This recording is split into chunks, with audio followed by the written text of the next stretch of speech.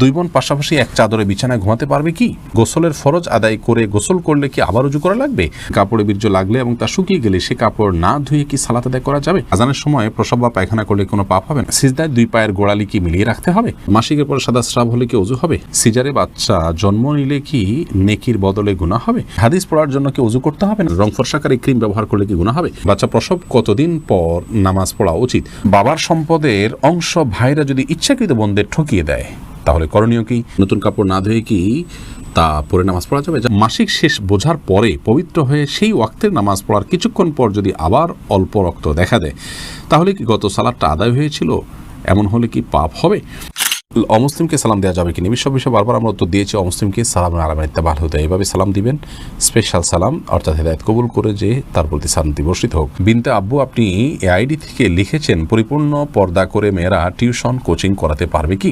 মেয়েরা পর্দা যদি পরিপূর্ণ মেনে টিউশন বা কোচিং করেন তো এটা করতে পারেন, তবে পরিপূর্ণ পর্দাটা তাকে বুঝতে হবে। পরিপূর্ণ পর্দা মানে কি?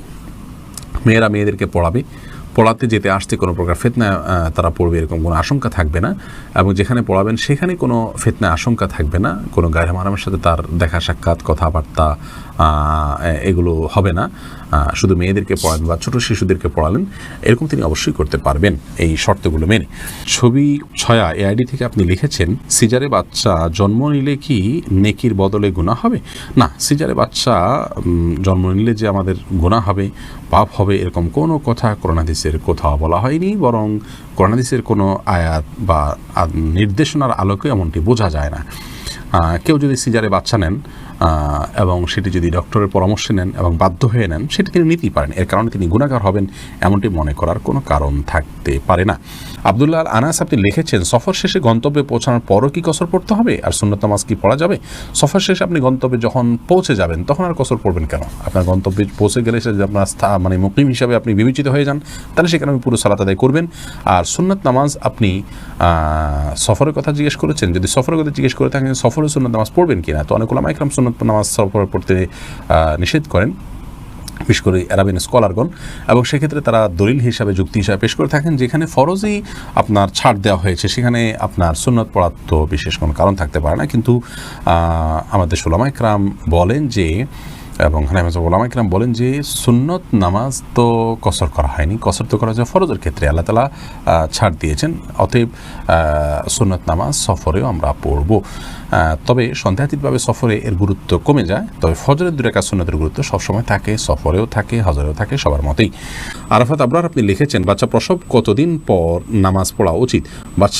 বাচ্চা প্রসবের কতদিন পর আমরা নামাজ পড়ব?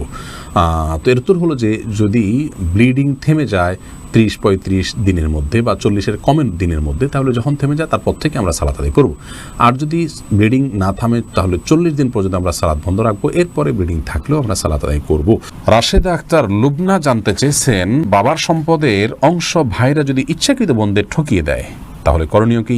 আপনি আইনে আশ্রয় নিতে পারেন, যথাযথ নিয়মে জবরদস্তি করে আপনার এটা হক, আপনার অধিকার, আপনি অধিকার আদায় করার জন্য যথাযথ ব্যবস্থা আপনি নিতে পারেন। জুম্মান বাদশাহ, আপনি লিখেছেন হাদিস পড়ার জন্য কি উজু করতে হবে? না, হাদিস পড়ার জন্য উজু করা জরুরি না। বিনা উজুতে আমরা হাদিস গ্রন্থ পাঠ করতে পারবো, আর যদি উজু থাকে তাহলে তো ভালো। সেটা তানজিলুম মিনাল্লাহ এআইডি থেকে লিখেছেন নতুন কাপড় না ধুয়ে কি তা পরে নামাজ পড়া যাবে, কোনো অসুবিধা নেই। নতুন কাপড়ে নাপাক লেগে আছে এরকম কোনো দৃশ্য যদি আমরা দেখতে না পাই বা নাপাক কাপড় বিষয়টা যদি প্রমাণিত না হয় তাহলে সেক্ষেত্রে আমরা ওটা পরে সালাত আদায় করতে পারি। অনেকে এটা নিয়ে অহেতুক আপনার সংশয়ের মধ্যে ভুগতে থাকেন যে নতুন কাপড় পাক আছে না নাই। নাপাক না থাকাটাই হলো পাক থাকার দলিল। যেহেতু কোনো নাপাক নাই অতএব সেটাকে আমরা পাকই ধরবো। মাহিম মুস্তফা লিখেছেন মাসিক শেষ বোঝার পরে পবিত্র হয়ে সেই ওয়াক্তের নামাজ পড়ার কিছুক্ষণ পর যদি আবার অল্প রক্ত দেখা দেয় তাহলে কি গত সালাতটা আদায় হয়েছিল? এমন হলে কি পাপ হবে?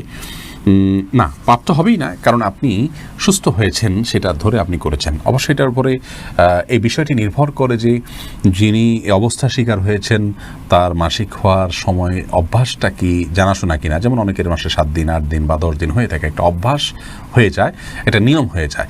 সেই নিয়ম অনুযায়ী তিনি বন্ধ হয়ে গেছে তারপরে করেছেন, এরপর আবার দেখেছেন, তাহলে সেই পরবর্তী দেখাটা অসুস্থতা হিসাবে বিবেচিত হবে, তিনি সালাত কন্টিনিউ করবেন। আর যদি বরং নিয়মিত না হয় বরং অনিয়মিতভাবে তার আপনার ঋতুস্রাব হয় তাহলে সেক্ষেত্রে ভিন্ন বিষয় হবে। পুরো অবস্থা আপনার পর্যবেক্ষণ করা ছাড়া আপনার বিশদভাবে এই বিষয়টা বলা কঠিন।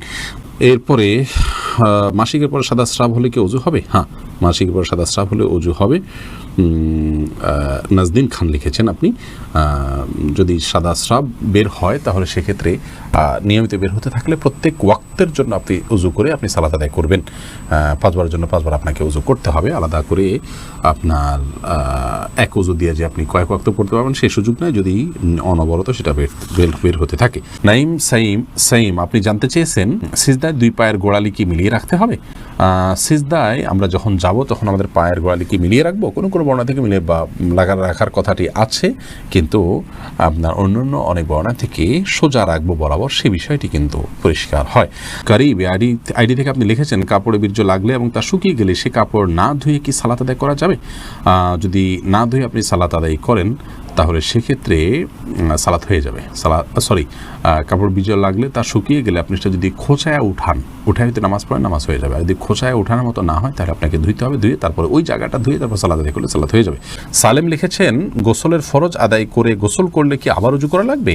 গোসলের ফরজ আদায় করার বা গোসলের যে সুন্নাহ সম্মত নিয়ম, প্রথমে নাপাক ধুয়ে এরপরে কাপড় বা কোথাও নাপাক থাকলে সেটা পরিষ্কার করে তারপরে আপনি উজু করার মতো করে উজু করে তারপরে গোসল করার সময় পা ধুয়ে বেরিয়ে আসেন, তাহলে গোসলের সাথে উজু বাই ডিফল্ট হয়ে গেল। আলাদা করে আর উজু করার কোনো প্রয়োজন নেই। এটা আমরা অনেকেই করি, অহেতুক অনেকটা বলতে পারেন। যদি সুন্নাহসম্মতভাবে আপনি গোসল করে থাকেন তাতে উজু হয়ে গেছে। বদির আলম আপনি লিখেছেন 2 বোন পাশাপাশি এক চাদরে বিছানায় ঘুমাতে পারবে কি? প্রাপ্তবয়স্ক যদি হয় একই বিছানায় শোবেন, মাঝখানে একটা বালিশ দিয়ে পার্টিশন দিয়ে নেবেন বা আলাদা কম্বল আলাদা কাঁথা গায়ে দিবেন, একই কাঁথার নিচে শোবেন না। হাদিসে একই কাপড়ে 2 জন প্রাপ্তবয়স্ক মানুষকে শুইতে নিষেধ করা হয়েছে, স্বামী স্ত্রী ছাড়া। তো আপনার 2 বোন একসঙ্গে একই খাটে শুইতে পারেন। আমাদের এর আগে একটা প্রশ্ন উত্তরকে কেন্দ্র করে অনেকে প্রশ্ন তুলেছেন যে বস্তিতে বিভিন্ন জায়গায় মানুষের সীমাবদ্ধতা থাকে, অল্প জায়গায় পরিবারের অনেক সদস্য থাকতে হয়, তারা কি করবে? আমরা বলেছি পরিষ্কার করে যে একই জায়গায় থাকতে পারবেন, সেক্ষেত্রে শরিয়ার নির্দেশনা মানতে হবে। আপনি আলাদা আলাদা কাপড়ে থাকেন, আলাদা আলাদা কাঁথায় থাকেন, মাঝখানে কিছু একটা দিয়ে নেন, পার্টিশন হয়, অন্তত কোনো প্রকার ফিতনার দুয়ার উন্মুক্ত না হয়, সেই জন্য আপনার ন্যূনতম চেষ্টাটা আপনি করেন, তাহলে ইনশাআল্লাহ বিদিনিল্লাহ সেটি জায়েজ।